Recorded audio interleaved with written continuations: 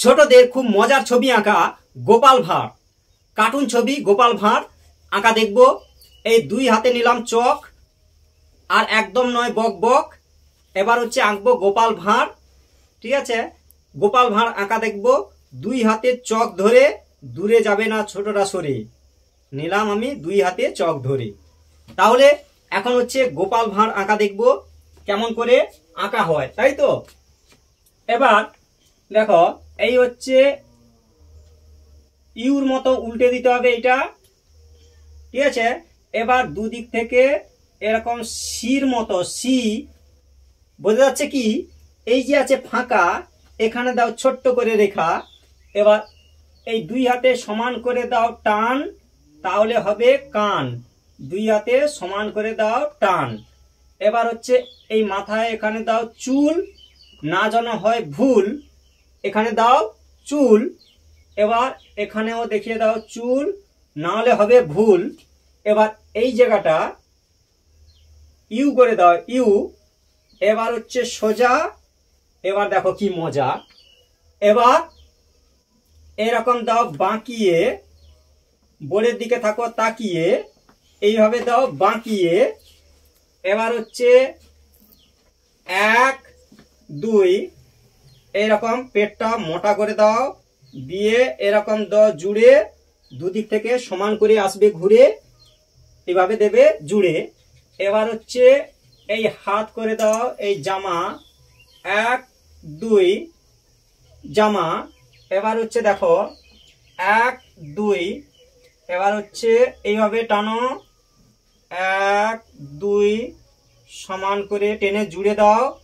এবার হচ্ছে হাতের আঙ্গুল করতে হবে এই জায়গাটা, এরকম হাতের আঙ্গুলগুলো করে দাও, এই, ঠিক আছে। এই এবার হচ্ছে কয়েকটা রেখা দিয়ে দাও এরকম সোজা, একটু বাঁকিয়ে, বোর্ডের দিকে থাকো তাকিয়ে। এবার হচ্ছে 1 2 এইরকম করে জুড়ে দাও। এবার হচ্ছে এই হাতের মুঠি করে দাও এখানে, 1 2 এরকম করে জুড়ে দাও, ঠিক আছে। এবার এই জায়গাটা হচ্ছে 1 2 এই ভাঁড় করে দাও, গোল করে ঘুরিয়ে এরকম ভাঁড়, এরকম দুটো রেখা একই রকম ভাবে ফাঁকা। দেখো কত সহজে হয়ে যাচ্ছে আঁকা, এই দেখো এই। এবার এই হাতে মাছ দিয়ে দাও, এই সমান করে টানো, টানে এরকম করে লেজ করে দাও, 1 2 এই বাঁকা, বাঁকাকে বলবো তাকা, মাছ হয়ে গেল আঁকা। এবার হচ্ছে এরকম করে টানো, টেনে এইরকম জুড়ে দাও এরকম। এবার পা করে দাও এরকম করে, এই 1 2 এরকম করে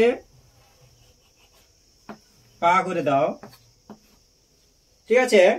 এই এবার হচ্ছে চোখ, এরকম দুদিকে সমান করে টানো, টেনে এইভাবে দাও বাঁকিয়ে, এই দেখো 1 2 এবার হচ্ছে গোল করে দাও এই বাঁকা, বাঁকাকে বলবো তাকা, এই দেখো কত সহজে হয়ে যাচ্ছে আঁকা। এবার হচ্ছে এরকম টাটকা হাসি, এই দেখো এই হয়ে গেল গোপাল ভাঁড়। এই হলো গোপাল ভাঁড়, দুই হাতে চক ধরে আঁকা হলো। যদি ভালো লাগে ভিডিওটি অবশ্যই লাইক এবং কমেন্ট করতে ভুলবেন না। থ্যাংক ইউ, ধন্যবাদ সবাইকে।